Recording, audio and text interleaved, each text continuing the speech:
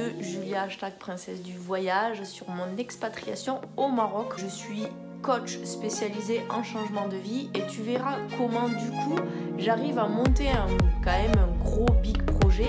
S'expatrier seule dans un nouveau pays, c'est pas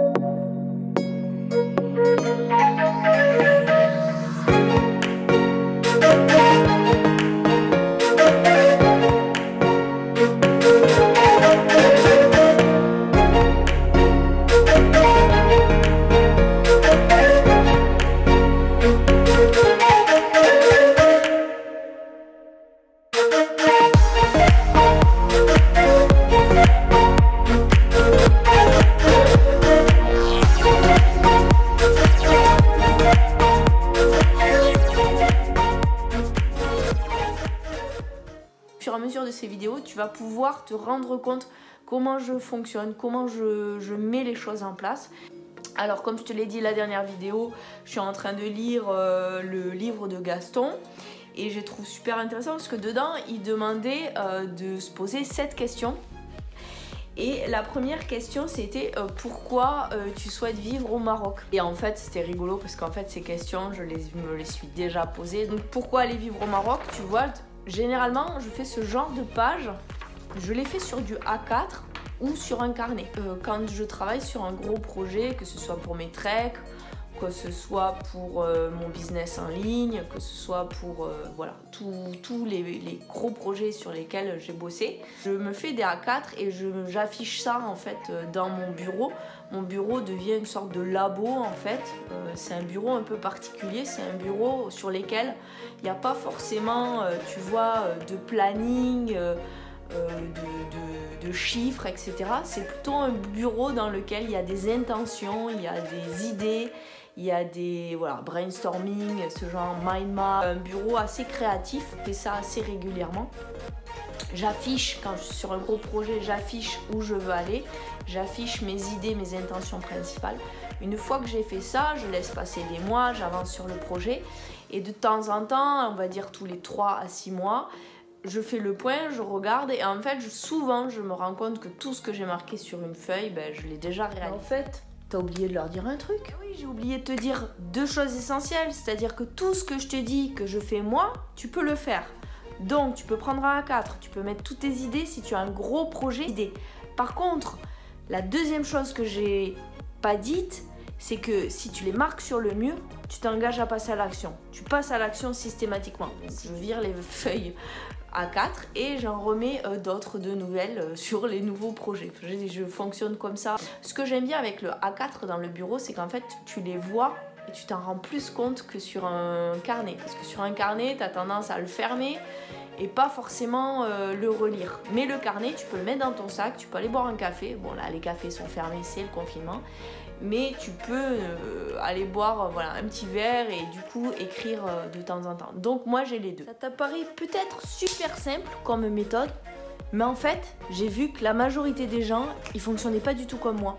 Ils sont pas en train d'afficher dans leur bureau ou dans leur maison ce qu'ils ont envie de vivre. En fait ils sont là et ils subissent leur vie. Et ils disent oh j'ai pas eu tel job, oh j'ai pas eu ci, oh nanana. Note! Le fait de noter sur un carnet ou sur un papier et de le voir tous les jours peut-être sur ta salle de bain, tu vas prendre conscience et tu matérialises déjà ce que tu veux. Déjà de noter sur un papier, tu dis ce que tu veux. Si tu marques juste sur le mur ou si tu marques sur un carnet, je vois la majorité des gens ils marquent sur un carnet et hop, le carnet est fermé, c'est fini, on oublie. Et alors j'ai ça, j'ai les enfants à aller chercher à l'école, nanana, et je fais rien, ok? Donc chaque jour après, tu passes à l'action. Allez, je te raconte la fin de l'histoire. Ce que j'ai fait aussi sur mon expatriation, c'est les plus et les plus en France, les plus au Maroc, les moins en France, les moins au Maroc. J'ai quasiment vécu déjà 2 mois au Maroc, j'ai calculé, voilà, j'y suis allée plusieurs fois et plusieurs semaines.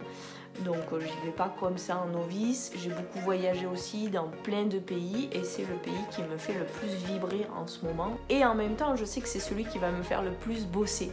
Parce qu'au Maroc, je suis quelqu'un d'assez impatiente parfois, donc le rythme est quand même beaucoup plus cool, donc je sais que parfois ça risque de m'énerver.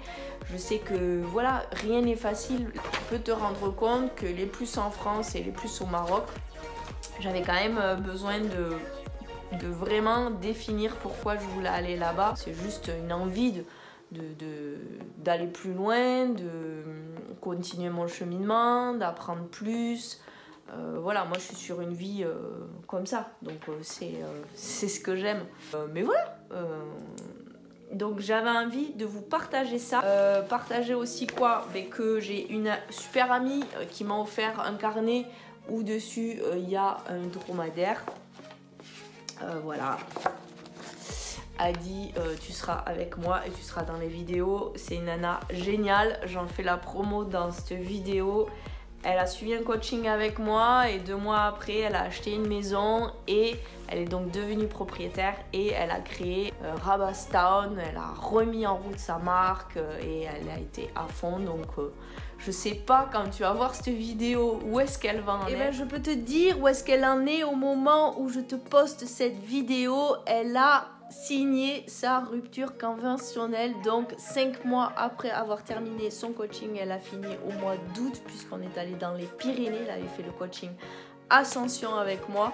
Et bien 5 mois après, elle s'est choisie, elle a choisi le bonheur et elle a choisi d'arrêter d'être salariée. Elle est donc maintenant à plein temps à son compte. Je te mets en dessous de cette vidéo toujours des liens de toutes les personnes avec qui je bosse et de toutes les personnes que je connais, que je trouve super. Donc clique en dessous de cette vidéo dans la description, tu as tout, soit pour faire les coachings, soit pour contacter toutes les personnes. En tout cas, tu peux la retrouver sur Instagram, sur Facebook, etc. Petit à petit, je te donne mes petits outils, mes clés. J'ai aussi noté avec quel partenaire j'avais envie de travailler au Maroc. Tu le sais, je fais des treks. Donc j'aurais besoin là-bas, tu vois, d'un photographe, d'un caméraman, je pense. Je me demande aussi si mon livre, je ne l'imprimerai pas, peut-être trouver à l'imprimer là-bas. Et j'ai un autre projet que j'aimerais mettre en place de là-bas. Mais ça, je t'en parle pas dans la vidéo, ce sera le projet dans 5 ans ou 2 ans, mais bon, une fois que je serai bien installée. Mais tu vois que, en fait, j'ai un projet, j'en ai toujours en tête un autre qui va un peu plus loin. Je suis comme ça, hein, je suis un zèbre. Les zèbres, ce sont des gens qui cogitent beaucoup. Le premier projet, en fait, il est personnel. Il est sur ma vie à moi et mon expatriation, donc la création de mon entreprise. Et en fait, j'ai un autre projet plus global, enfin plus global, plus vaste, plus grand. Par contre, plus dans l'association, une sorte d'association, mais qui pourrait impacter beaucoup plus toujours les femmes. Toujours relié à quel impact je peux avoir dans le monde en fait. Qu'est-ce que je peux apporter en m'expatriant au Maroc, qu'est-ce que je peux apporter de plus pour les femmes là-bas, les femmes dans le monde entier en fait.